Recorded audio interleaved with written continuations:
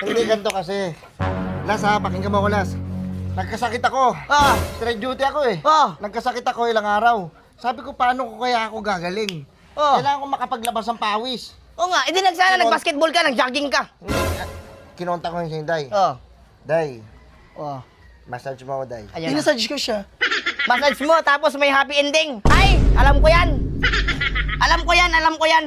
Hindi, nagpa-massage lang ako sa kanya. Hindi ko sabihin na hindi ko ginalaw yan. Hindi mo ginalaw? Amoy padaliri ko. Ay, naku, amoy ano, santol. Bawag nga kung tuhod mo, ne. Bawag nga kung tuhod mo, ne. Hindi yan nanginginig. Alam ko! Grabe naman lindol siguro nangyari dyan, ne. Kasi sabi ko sa'yo, Ikaw, Day. Day. Ikaw kasi, sabi ko sa'yo, di ba, mamassage lang. Pagka-massage ko, may ibang tumatayo na. Ne, iniwan mo ako sa barracks, ne. Akala ko, ne, may sakit ka talaga, ne. Ayun pala, bumabarurot ka pala, ne. Wala akong ginawa. Hindi tama yan, ne. Hindi tama. Inosente ako. Wala Pa. Sabi ko,